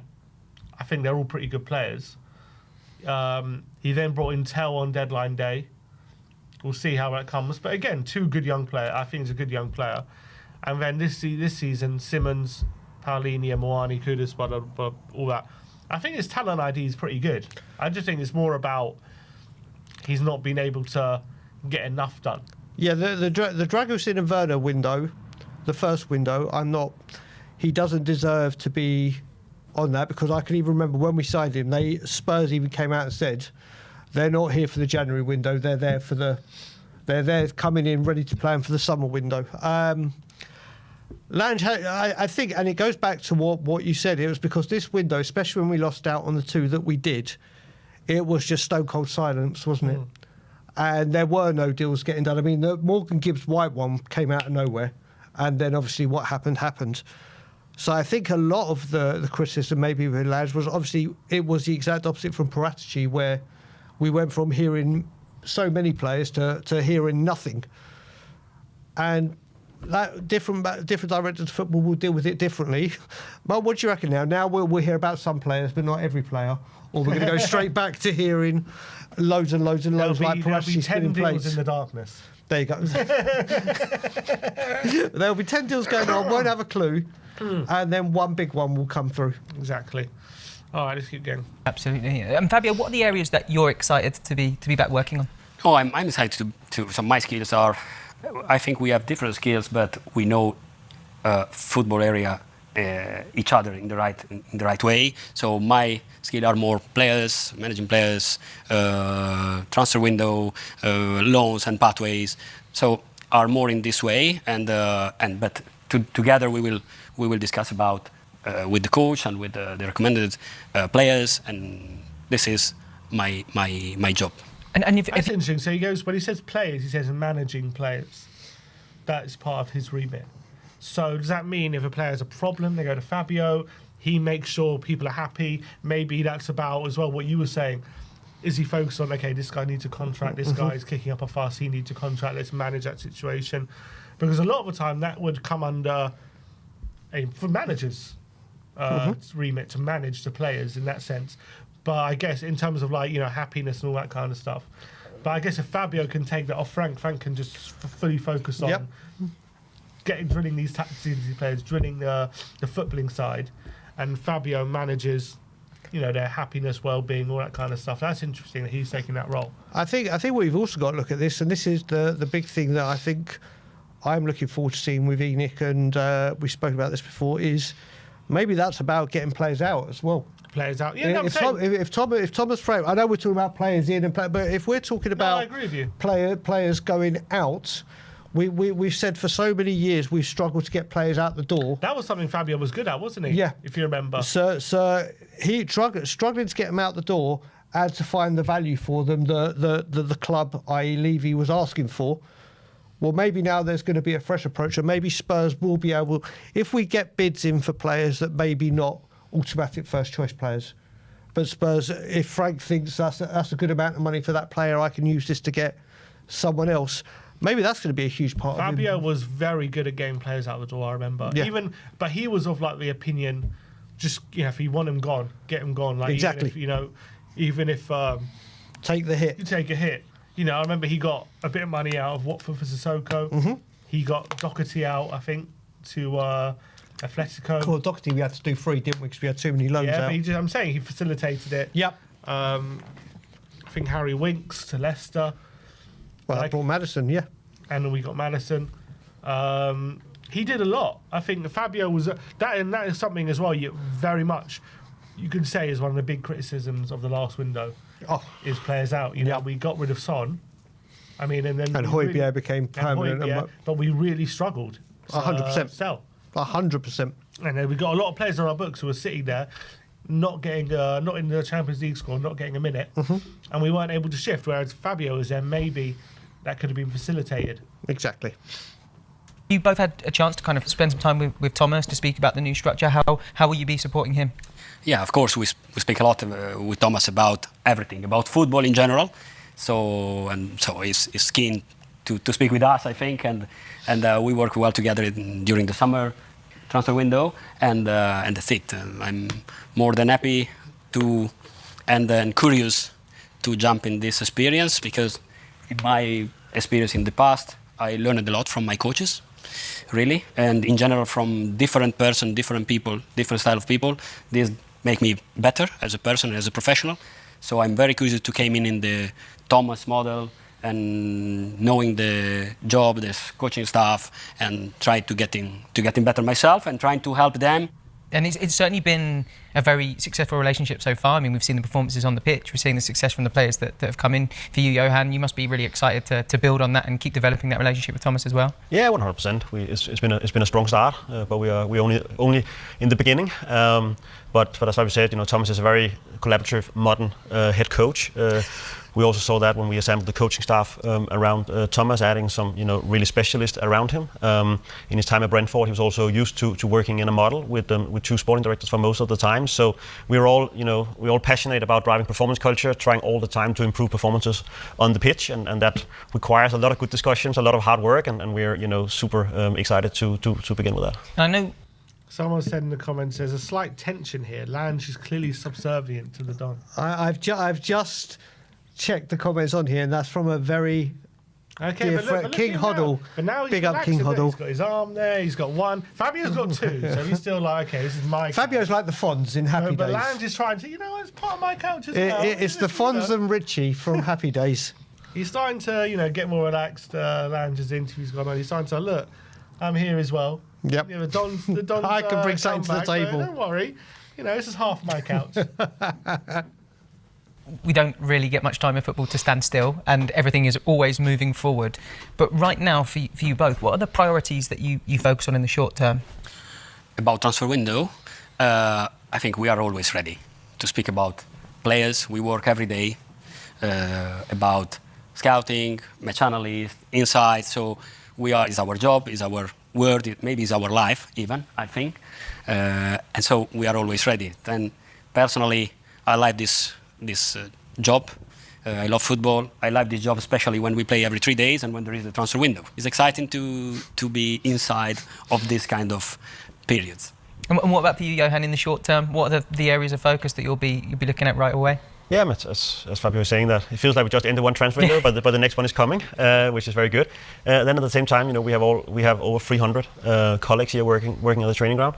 We all the time driving each department because we know that it will require everything from each department, from each member of staff, for us to be as successful as we want to be. So we have clear targets for each of the departments around the training center, and those good processes going on a day-to-day with one focus in the end, and that is to improve the performances, in our case, for the men's first team on the pitch. And does anything change now in terms of the way that we approach things? I know you're really pleased with some of the work that we've done over the last few years. Does the approach change as we build towards January? No, I don't think the approach will change, but I think, as Fabio said before, that now we have a partnership structure with two sporting directors, that of course when you're on a transfer period, which is a lot of months during a year, then potentially some other things around in the football operation naturally will take a little bit second priority in some periods of the year, where now with this structure here we have the possibility both to have full focus obviously of the transfer period, because that is where you in the shortest amount of time can make the biggest change, but at the same time never take the foot off the pedal when it comes to all the other processes around the training centre. Well, I'm really excited to see how you get on, and congratulations again. Welcome back again, and thank you for taking the time to do this, because I know how much fans appreciate getting to hear from you guys, so thank you so much. Pleasure Thank to be you. here. Pleasure to me. All right, there we have it. That was our new sporting directors giving their say on what the new role is going to entail. I feel like we have to come up with a name for them too, like you know, like a relationship name. You know, how you Yeah, like when you double merge barrel. the two. Fabiohan. Fabiohan. No, it's too long. Yeah. It needs to be short and snappy. Anyone in the chat? Yoshi. Yoshi. For Johan and Parachi. Yoshi. Like Yoshi from Mario. Yeah, but if I said Yoshi, no one's going to know who I'm talking about. We'll get to know. We'll get to know. If you don't know, Get to know. Anyone in the chat? If anyone can Yoshi. merge Johan Lang and Fabio Paratici, and we can start calling him a new nickname, so we don't have to refer to them both, Fabio and Johan. We just have one name. For Blanche. Fablange. Fablange? Danish godfather. Flange. Flange. I don't mind that. Yeah, but that's just literally the F of Fabio. Yeah, but flange. Flangy. Regina Phalange. Flangy. Laratici. That's not a bad one. Fabihan. Laratici. Mr. Joshua with flabby head. I do like flabby head. Langetici. Langdon. Oh, that could work. Langdon. That could work from Tom. Langdon. Langdon. Langetici. That sounds like that. That sounds like. Yodon. Yodon. Mate, there are some quality ones. Donhan. Oh, mate. When you said Don for a minute, I thought you were talking about Cullen there. I was like, no, don't send me back there. Donhan. I'm not sure what we call him. Donhan. I do. Lange and the Don. No, it's not a TV show. I do like Langetici. Langetici. I do like Langetici. I do like Let us Langetici. know how Langetici are going to get on. Let us know how we feel. And if you're excited about Langetici. Or should we make it a 3 and then add Vinay Venkatesham in it? Get Venkatesham in. See what you can get. Let me know. Let us know in the comment section below. Is Langetici the way forward? I love it. Is this what we're getting excited about? All right. That is the Don's return. Fabio back in the building. But we move on. That is not everything we've got on the show. We have more. We have a international roundup. So let's get going on that. Let me see one sec. Let me just end this. So, the international break's over, Brian. You happy? Yes. You delighted? It's Football is coming back to England in the Premier League. Not long, but there were, I believe, there was some more games tonight, night. isn't there? It's Wednesday. I don't think Is there no so. games tonight? Last night was the last night. Last night was the last night. Nice. I think so. Let me check. I don't think there's any more games tonight. Or maybe not involving Spurs. Not international. No international? No. Okay, so it's over. Normally it's Tuesday and Wednesdays, isn't it? No, it's nowadays Tuesday's the last day. There we go. Oh, wait a minute. No, yep. Last night was the last night. There we go. So we had, how many players played yesterday? 1, 2, 3, 4, 5, 6 players to go through. We'll start off with England against Latvia, finished 5-0. Jed Spence playing 90 minutes again. Yep. For the second game in a row, Brian. Unbelievable. He got, he kind of got a half assist. His cross led to an own goal. It doesn't count as an official assist, but it was a brilliant cross which led to the goal. And this moment here caught a lot of people by surprise. Let's bring the video on screen. So this was Spence yesterday. Down the line, cut back, and what's that, a Rabona? A Rabona cross from Jed Spence, showing off his skills. No one knew he had that in him. His inner lamella. Well, you look at it, he's playing at right back for England, isn't he? And he's doing is. well. So he played left back against Wales, right back in this game. Showing, I mean, he apart from injuries, he's got to be a shoo-in because of that versatility, hasn't he? Cutting inside and giving off a Rabona. So that's a bit of showboating there from Jed Spence. Brilliant. What a turnaround for him. And, 2 good performances, 2 clean sheets. Is the World Cup beckoning for him? If you put your money on it now, without doubt, that squad. That's what I was alluded to before. I think for his versatility in both left and right back, barring injuries, I would say he's a dead cert for the World Cup. I think, looking at the options, obviously like Luke Shaw, he's out the picture. Chilwell, he's out the picture. Yep. Right, so that left back spot, you got Miles Lewis-Skelly, and who else there? Tyreek Mitchell.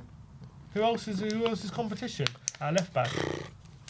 It's nothing like it used to be, is it? Yes, left back, there's a spot there, and he can play both. Yeah. So already has a value. Right back, there's obviously a plethora of right back options. Yep. You got Trent, you got James, you got. I don't know if Walker's still a chance, but I guess Walker and Trippier, you might have to rule them out now. I guess Lewis Hall's an option at left back. Yeah. Mark Lewis Hall and Lewis Skelly. So, it's not a foregone conclusion, but, if he keeps playing well for Spurs, keeps playing like that for England when he gets an opportunity, there's no reason not to take him. And he's I think what he brings is just such defensive solidity in that role. If he needs to play against, a France, a Spain, Yep. you put Spence in there and you can feel a lot more comfortable, I feel. Yeah, like I said, I think, and do you know what? Fair play to Jed Spence for putting in the work and never doubting himself, and just where we are now reaping the benefits of it, and he deserves a lot of credit for his development. It's mad, isn't it? We're talking about potentially him starting games at a World Cup 2 years after he couldn't even get a £5 million move to Genoa. Yeah. Which is crazy. One other player of interest was Harry Kane, who scored his 74th and 75th goal for England yesterday. And he was speaking to the press after the game, and he was asked whether he could ever return to Tottenham. He said, "I'm not sure if I'll go back. I'm not sure if I'll go back. I'm very happy in Munich. It's not something I'm thinking about. It'll always be we with Spurs because I spent my whole life here. I'm a fan of them and will always watch them and see how they're getting on. They'll always be a part of my life for sure. But as for now, I'm loving it here. It was great to see them win a trophy. I've got a lot of friends there with players and staff. We know how long we waited and how close we'd come in the past. So it was big for everyone, the fans, the club, all involved, to have that feeling and get that one over the line. That's always important, and hopefully they can push on and win more." Luck's using the word "we" when talking about Tottenham. He says, "I'm not sure if I'll go back. I'm very happy at Munich." I've never been more convinced that he's coming home than Even I am. after that? Yep. I honestly, like I said, when Positive Bright here, he comes like a trailblazer and like a hurricane. I honestly, people looking at how they're going to make a big statement, Enoch, and I am so wholeheartedly 100% convinced that jaw-dropping name will be the return of Harry Kane to Tottenham. I so believe it. What, in this summer? After the World Cup.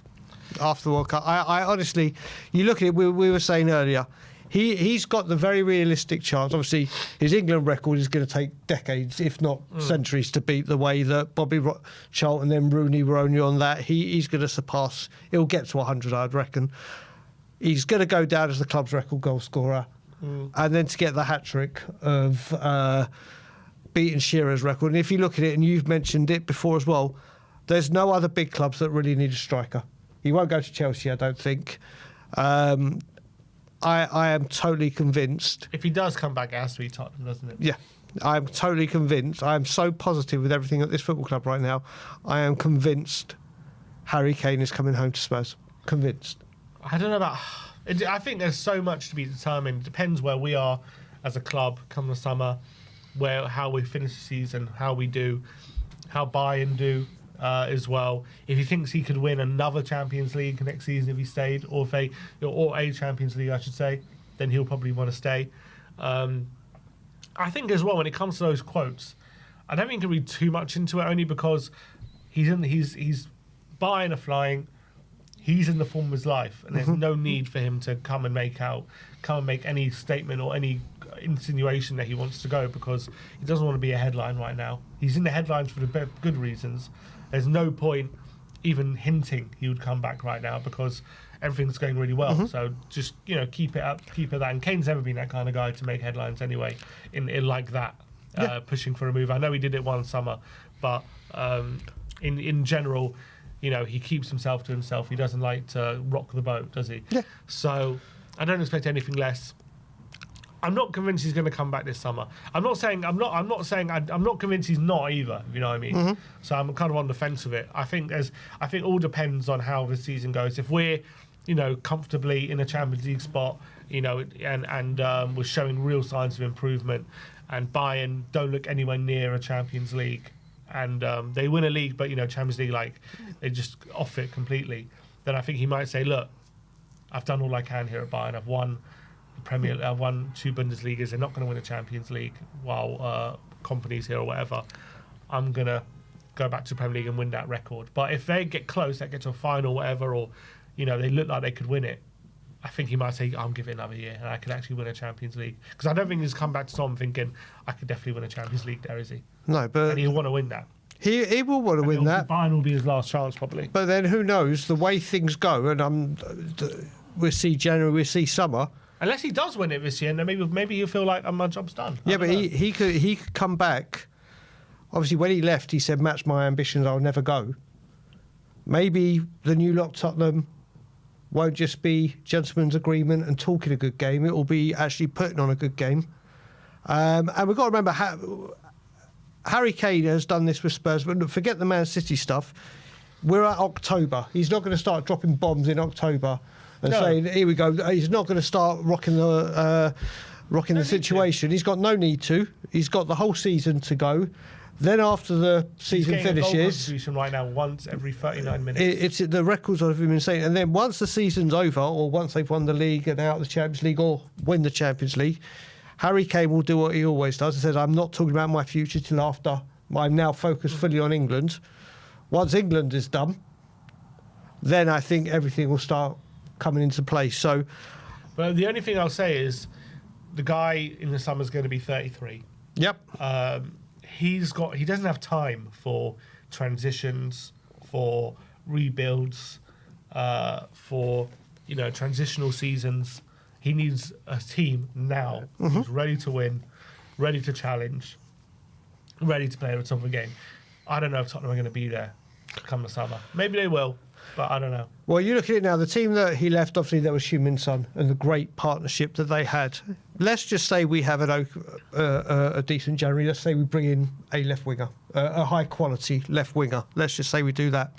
He comes back and sees Kudus, whoever the left winger is, Simmons, Madison, Kulusevski in that role, and then think Paulinho, like doing the one Yama, a solid defence, and it just needs that goal scorer. Harry Kane will still have the faith in his ability. And the great thing with Harry Kane is he looks after himself so well. With Harry Kane, it's not just a striker that scores goals. He will be able to drop deep and even play as a 10 behind a strike like the Teddy Sheringham role. Later in his career, he can drop into midfield with his passing ability. The age for me with Harry Kane isn't as big a problem as it was for other players. He's got so much more he can do. You've seen it when players drop back from midfield to defence. I think he's got so much more he can offer to his game. The age isn't a problem for me because of his ability. The age is a problem for me is in terms of how he might see things at 33. He might not think, maybe I'll give it a year to see if Tottenham can challenge. No, he needs to be certain they're challenging, you know what I mean?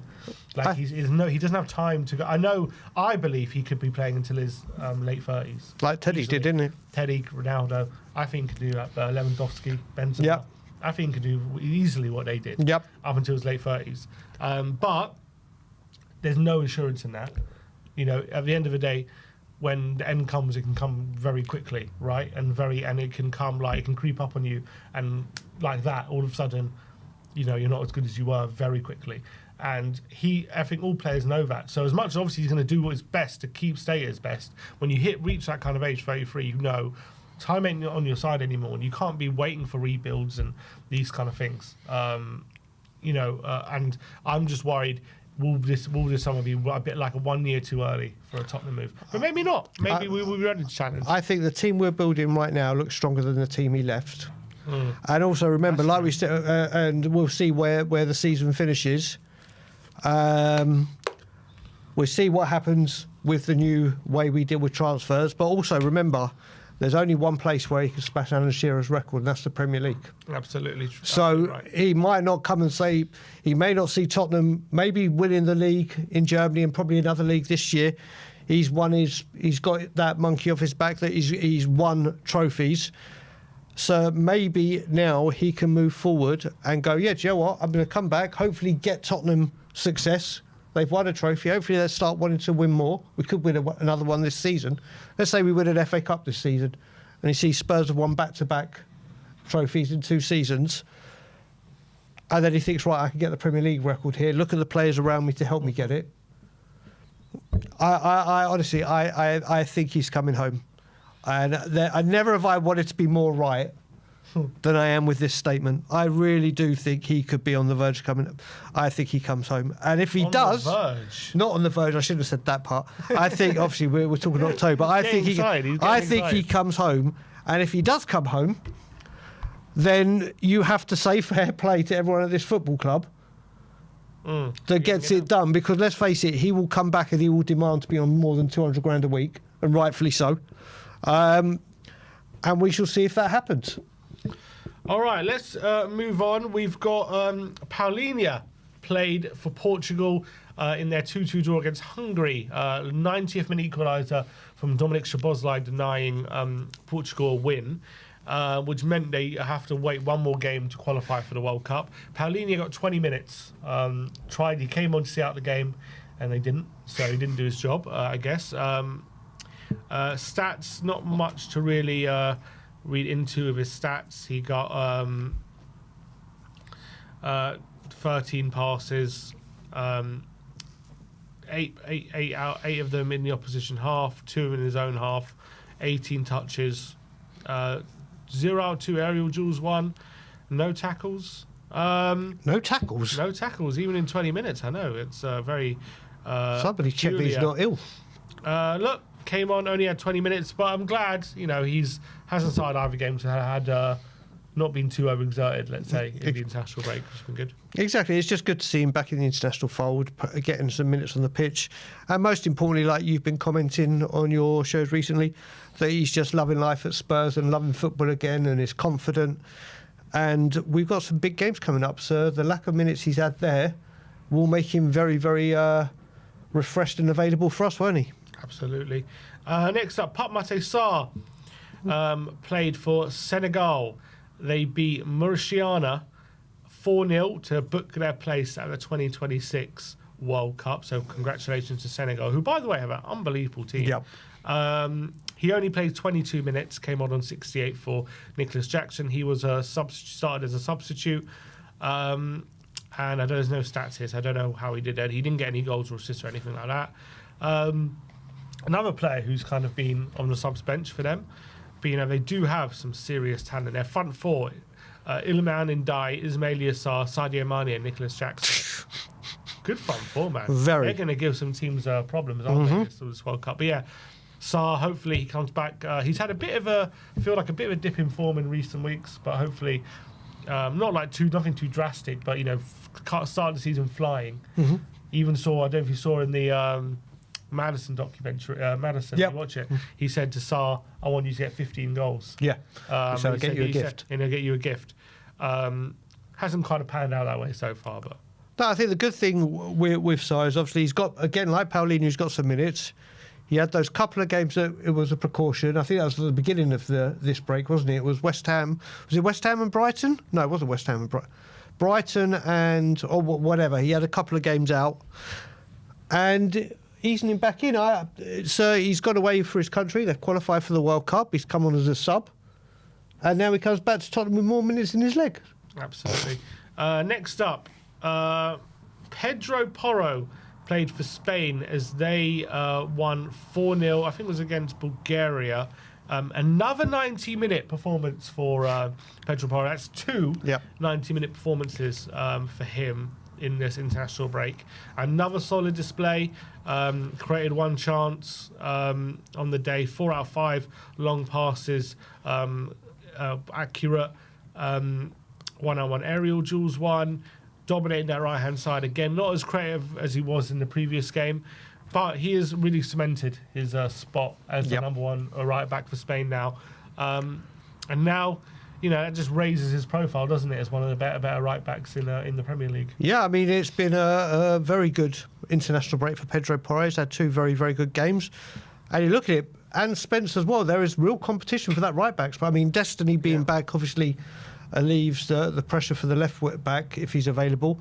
But there is a real competition at right back now, isn't there? Yeah, the only thing is, the only thing I'd say about Porro is when's the guy ever going to get a bloody rest? Yeah, I mean, I think this guy. I used to call Pierre-Emile Højbjerg the Terminator, and when you cut him open, he's just metal. And I'm starting to think that maybe Porro as well. Yeah, and also he seems to play 90 minutes whenever he plays, never comes off.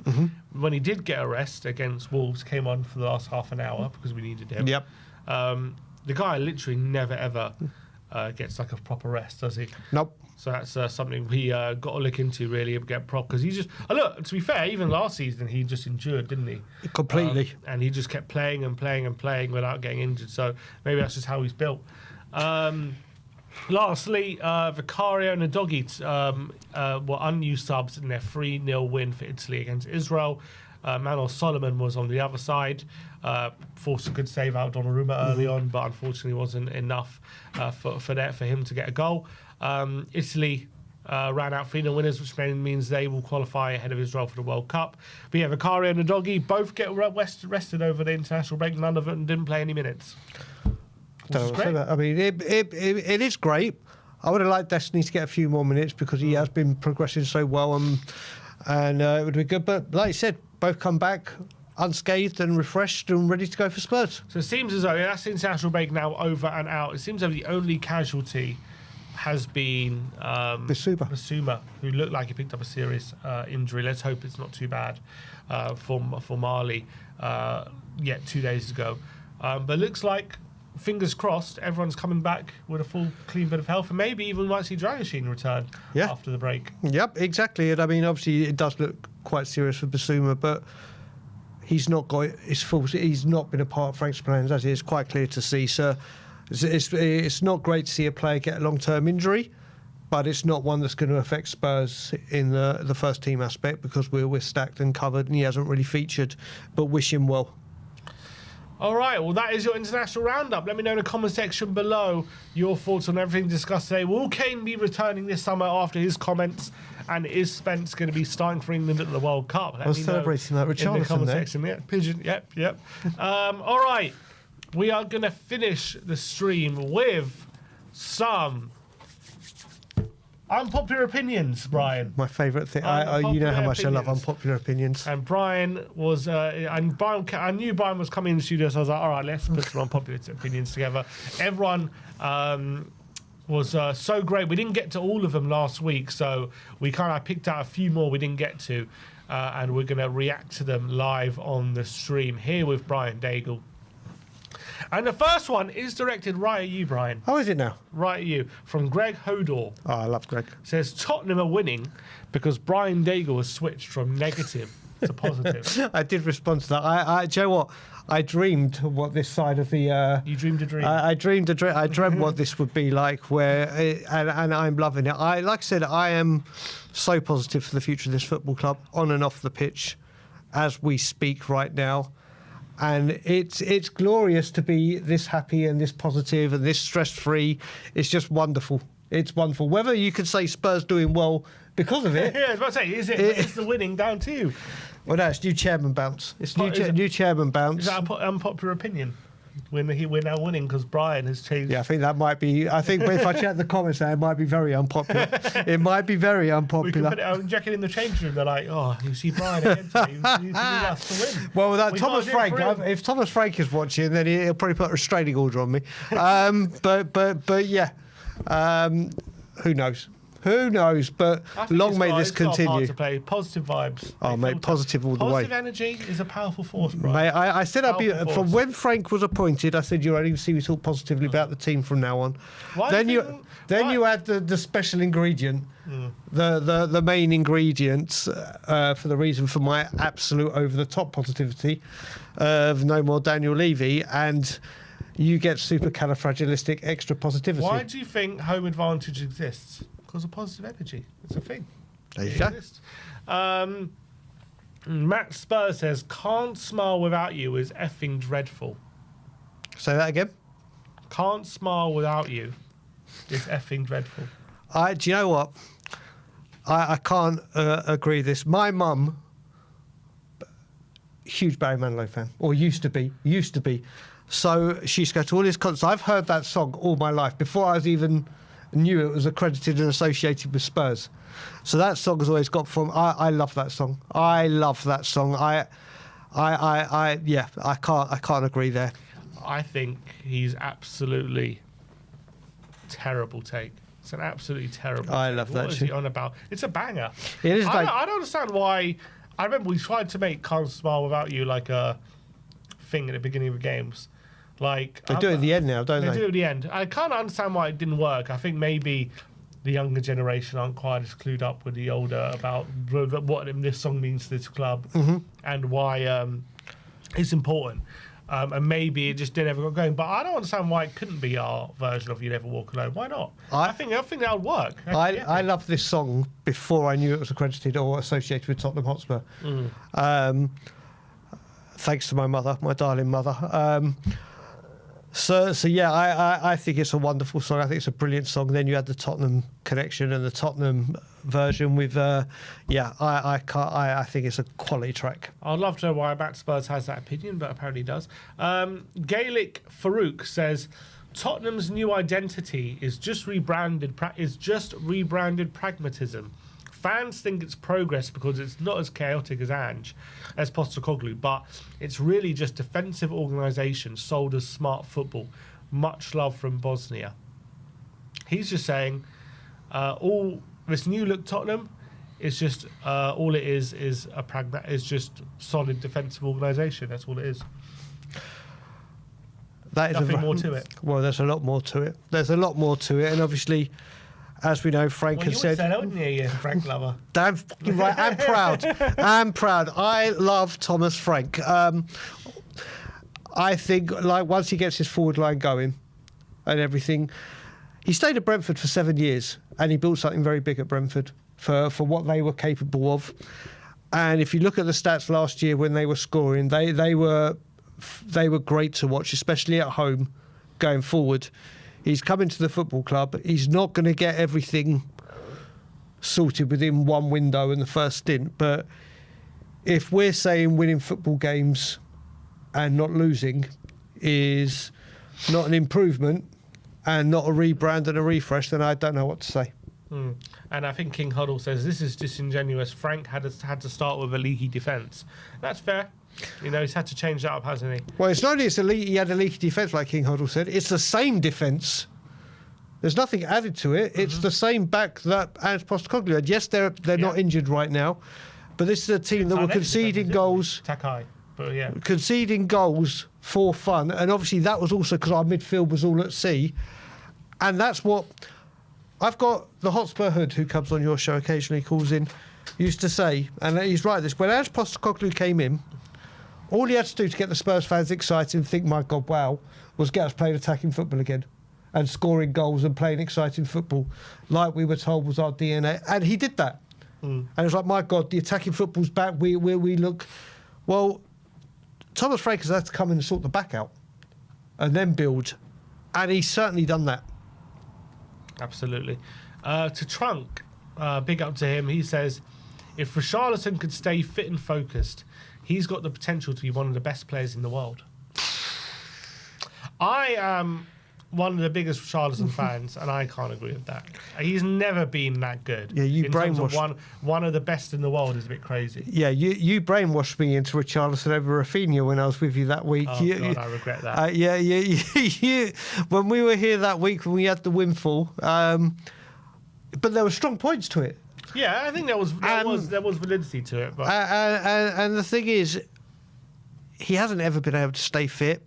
But I don't think anyone in any walk of life could say that Richarlison fit. And what was the other part? Fit and focused.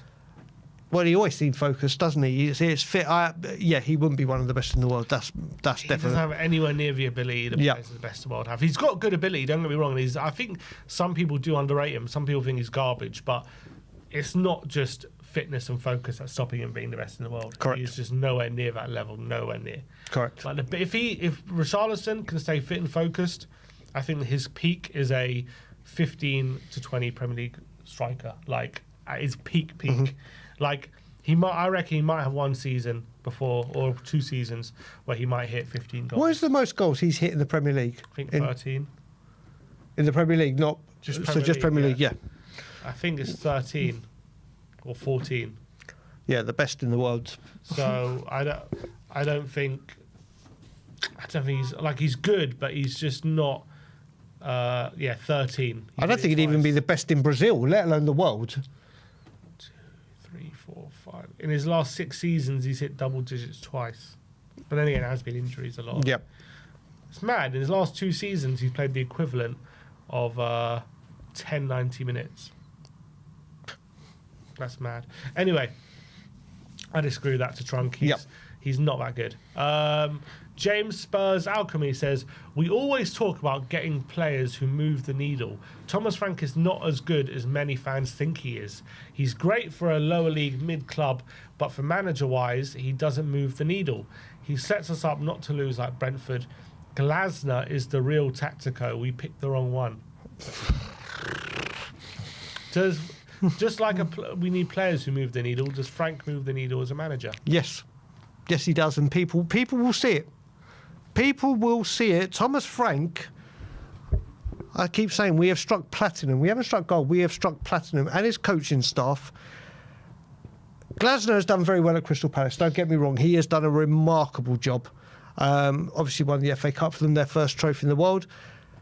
What you're seeing with Glasner doing right now is after having Crystal Palace for 2 seasons. I would love to save. I might go in and bookmark that one, and then 2 years' time, when you do unpopular opinions, say, can we revisit this? I don't know why. Thomas Frank's been here since, obviously, in July when we got him, but he has been managing officially this football, or the Premier League has begun. We're sitting 3rd in the league, lost 1 game, keeping clean sheets. Players, like we've had the best transfer window we've had in a very, very long time. I don't get where all this is coming from with Thomas Frank. We like I said, we have struck platinum, and I will continue to say that. I think it's unfair saying he's set up not to lose like Brentford. I don't think that's true because we've only drawn 1 game. Yeah, but also setting up not to lose.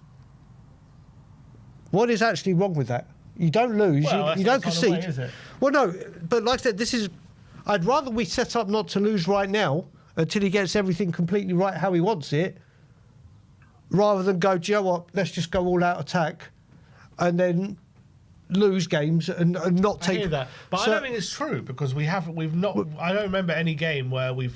Is it Wolves we've only drawn? Wolves and Brighton. Wolves, Brighton, then obviously you can say Bodo in the Champions League. Bodo in the Champions League. But I'd rather have those... Would I rather have 3 points than 0?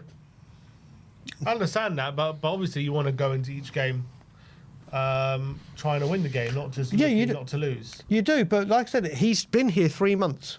Agreed. So once we've got a couple of windows out the way... I guess look, what he's... And in terms of what he's saying... look, I think we can agree. I agree with you what you're saying about Glasner. He's shown it over 2 years. I'd rather Frank over Glasner.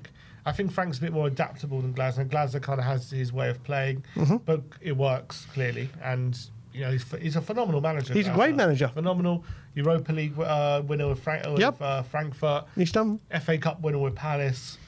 Can't really argue with that. In terms of what they've achieved in their career, I don't think you can argue. But I think there's definitely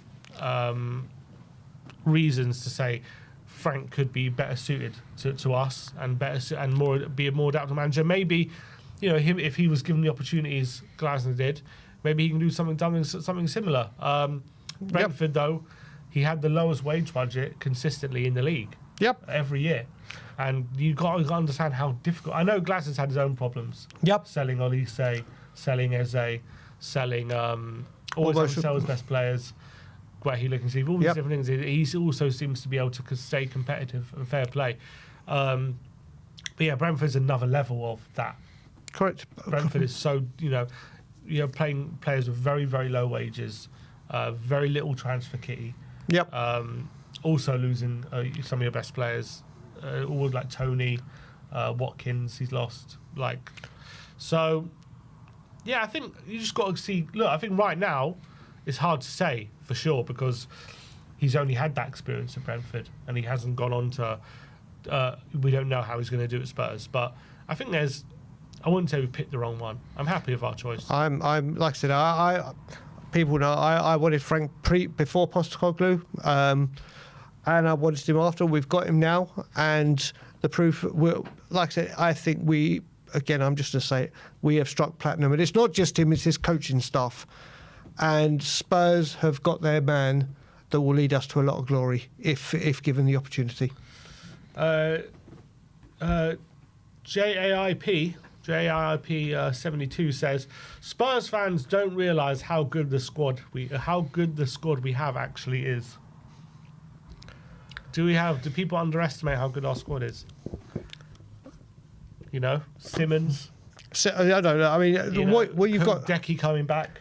Madison there. That's the thing. What you've got to look at, I think, to evaluate that comment, I think what you've got to look at is, obviously, we've always known for a long time when our first 11 are fit and ready, they can match anyone. It's the gap in quality. Should we need subs or injuries? Well, like I said, you look at it now. Just look at centre backs. Romero and Van der Ven are the number one. They're the partnership. But have we had a stronger replacements? Should they be suspended, rotated, injured than Danso and Dragushin? And Dragushin, I think, I'm so excited to see him play in a more disciplined and structured defence that's not so high-line because he isn't blessed with pace. Full-backs, I think we need one more full-back, whether it be we commit Spence to a right-back and buy a secondary left-back or whatever. Oh, and then you also talk with the defence. You've got Vuskovic to come back. You've got Phillips to come back. Midfield... like we've said when we've done shows, you've got the 5 midfielders all staking a place, or staking a claim for a starting place. I think the only area we're lacking really for quality is the striker and left winger. We have got the players there, but I think this squad is growing, and I think the gap from quality on the pitch to options on the bench is getting stronger. So maybe there is a point to it. Yeah, I think as well people. Look at Tell, look at Odegaard, because they haven't hit the ground running yet, because they're still work in progress. They look at them like they're rubbish and they're never going to be good. Like, I think if we're a bit more patient with them, allow them to grow and flourish, we're going to see 2 good players. I'm really confident in that. We haven't seen Mawani and Solanke even yet this season. Nope. So it's like they haven't even been factored in yet at all. We've still got Decky and Madison to come back from injury. We've still got Kudus to start, even scoring goals more regularly potentially. I think Bergval's still got, he's starting to see his best again, but he's still got development to do. Gray as well. I think people need to see Romero and Van der Ven over a longer stretch of games because they always seem to break down over a certain point, but, we're still yet to see that. I think the Doggy and Porro and even Spencer and Tim, 2 of the best fullbacks, I think, in the league. Like, I think people really are clouded by that 17th place finish last season. And I think that gets into their heads about the quality of the squad we actually have. And I think people really underestimate it. I think you've got a point there, but also I would say about not or overthinking that 17th place, we've never had a window like we've had just now, which obviously added huge strength to the first team, not to bench options and squad options. It was first teamers. Which had a major impact. Who would have thought you being better players to start for the club, you make your team better. But there are green shoots of something being built. And then you start adding all the youngsters that maybe you've got Mason Melia, who everyone's raving about. Obviously, the people out on loan, Phillips, Donnelly, my boy Alfie Devine. Mate, there's something going on right now. James Smith says, Solanke gets far too much disrespect, and before his injury last year, he was one of our best players. I kind of agree with that. I do think it's an unpopular opinion, but yeah, I think because he finished the season on 9 Premier League goals, which is obviously underwhelming. Let's not beat around the bush. We signed him for 65 million. We obviously expect, and he got 19 for Bournemouth, so we expect something similar to that. That's what we bought him for. So when he finished with 9, you're like, okay, he had a bad season, but did he have a bad season? So first of all, when we keep talking about, was he bad? The first thing that with Solanke in that season that he had so many goals, he had a quality winger in Semenyo supplying him. And he had the most headed goals in the Premier League that season. Then he comes to Tottenham Hotspur, like with Soldado, when we say you do really well in this way, but now we're going to play differently. We didn't sign a winger for him able to receive the ball. It was all about drilling the ball low for Brennan Johnson to be at the far post. What I loved about Solanke before he got injured, I didn't realise how much he led the press. I didn't understand how much he closed his players out. He was dropping deep. His hold-up play was great. But what we brought him in to do is score goals. And he wasn't doing it as regularly as we thought. If he can stay fit now, and you look at a Simmons, a Kudus, the players that we've got able to supply him, and hopefully now Thomas Frank be able to use him like he did Ivan Toney and said, just stay around the box. That's what I need you to do. Stay around the box. Don't drop deep. We've got Paulinho. I think he can get amongst the goals. I do think, put it this way, if Solanke comes back now and stays fit all season, let's just say he does, I think he easily hits 15 Premier League goals. Easily. I think he can do something in this football team. Do we need better or more a ruthless and clinical finisher? Maybe. Well, no, probably, sorry. But I do think with this setup, he can score goals. I think just to go on to the commenter's point, before he got injured last season, he had 8 goal contributions in 12 games. And then he got injured. So he was like providing for the team. Yeah. And then I can see here, he comes back from injury and he didn't score a goal for 1, 2, 3, 4, 5, 6, 7, 8 games, right? So that obviously is, he's come back from injury, he's maybe struggling with something. Yep. He went 8 games without a goal, but he actually ended the season 1, 2, 3, 4, 5 with 5 goals with 5 goals in 8 games. Yeah, a lot of them were penalties, weren't he? He scored a penalty against Frankfurt. He scored a penalty against Brighton, penalty against Bodo. So, and that was it. But still 5 goals in his last 8. I'm just saying, there is credence to what he's saying. Like, a fit Solanke was providing for us. I think he got disrupted by injury, which he wasn't used to because he was injury-free the whole season before. He's now got this struggling ankle injury, which hasn't seemed to have gone away. But when he was fit, by and large, he was scoring goals fairly regularly, especially in and around before he was injured and after he was injured. I do think if we can keep him fit, he's now got very creative players around him. And his hold-up play is exceptional. We know that. And sometimes we've needed that this season where we've gone up to Richie.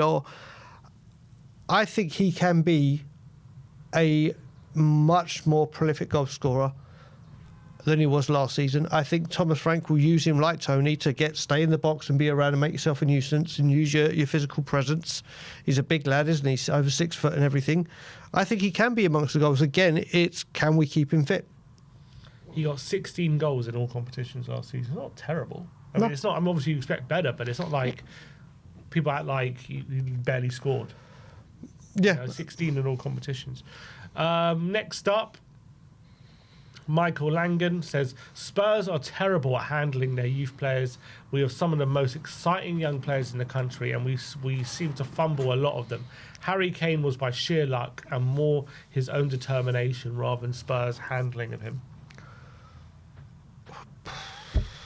I mean, it's not. I think that's pretty spot on, to be fair, because we don't seem to have a pathway for our young players. We keep to, and look, I think part of it is the club's fault. Part of it is even the fans' fault. The way they demand things. We demand big money signings. We demand, what's the uproar going to be if instead of signing Simmons, we give Donnelly a go?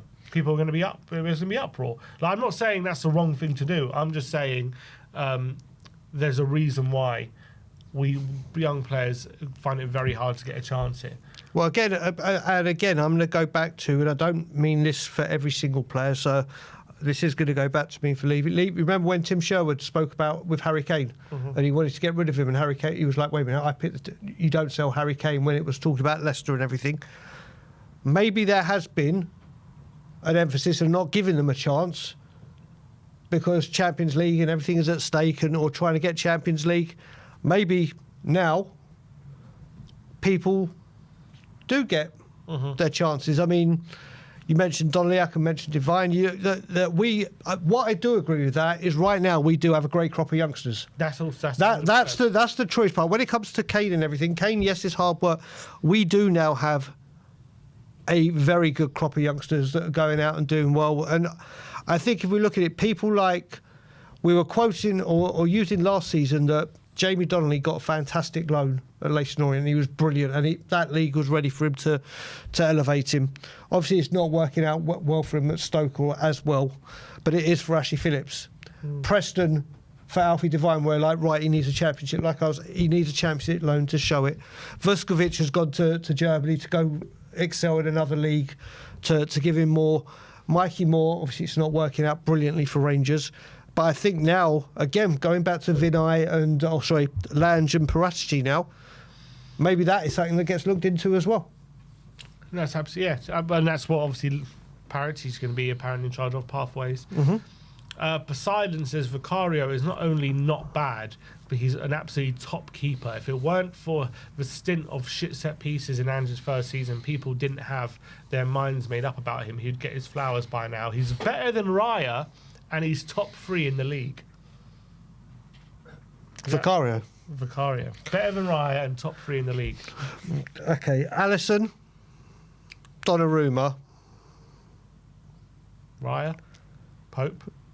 I will say Kelleher at Brentford. I think Kelleher? he's better than Vicario. No, Kelleher, I would love to as Tottenham's first. I think maybe He's not good, I like him, not but- better than Vicario now, but I think he is going to be one of the top goalies in the Premier League. Interesting. I That's think fair. I think Kelleher is an exceptional He goalkeeper. was very good every time he played for Liverpool. I think he's exceptional. Brentford have done brilliant getting him. Nick Pope. Vicario shot stopping. If we were talking about shot stopping, Vicario is elite. I better would than say Raya? Vicario. It's a tough one. And Ray's also unbelievable with his feet. There's the difference.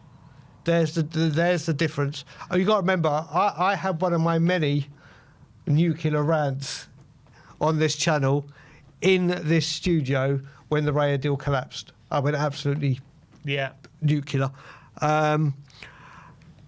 And then obviously within 24 hours we signed a cheaper Vicario. Vicario, I don't think the set pieces was a problem at the end of the first Ange season, was it? Not at the beginning. No, mid. It was like mid-season. Was it mid? I thought it was near the end. It was like when City in the FA Cup, they exploited it. And then... Mid-late, but certainly not at the beginning. No. And then obviously the season after... Last season he was good, but he was just injured for large parts. I mean, that game against Man City with a broken ankle, Jesus Amazing. Christ, And incredible. then obviously he did nearly cost us in the final. But this is the thing. If he could, for me, it always comes down to his distribution. Distribution is a major thing for me. I'm with Lloris, and it's the way of modern football now. So I think Vicario is a very, very good keeper on his day. But even against Leeds, there was a couple of scary moments, let's say. Which, listen, goalkeepers, some of them are mad, aren't He's they? not in a good period right now. No. I think it's fair to say. He's When looking he's shaky in a moment. when he's on tip-top form, shot stopping, I think he's probably one of the best of the league, if not the. Overall, I don't think so. I can't put him top 3. I think top 5 maybe. I don't know. Top 3 is a bit much for me. Top 3 is a bit much. I don't think he's better than Raya, to be honest. As much as I love Vicario, and I'd love it to be true. And maybe there was a time, I think, for the first 6 months when he was at Tottenham, I thought maybe we do have a better keeper than Raya. I think it's proven he isn't, to be honest. I think Raya's proven to be a better keeper. I don't think he's better than Alisson. I don't think he's better than Donnarumma. Emi Martinez, maybe even. Oh, I forgot about him. I forgot about him. Edison's gone. Henderson. Dean, Henderson, yeah, maybe. I don't know. I don't know if he's better than Vicario. no, Dean Henderson is the man I wanted to replace Lloris before we got Vicario in and everything. I think Dean Henderson is. I mean, Pickford's not a bad keeper. No, He's a he pretty good does keeper. incredible for England, doesn't he? And Everton love him. I think Pickford is a good goalkeeper. I think if Everton were doing better, he would get more flowers as well. Yeah, I hate that term, flowers. Flowers and mud, but yeah. Maybe, look, I think maybe top 5, but even that, I don't know. I think definitely not top 3. But he is very good. I like Vicario. I'm not here saying we should replace him, because I think he's a very good keeper.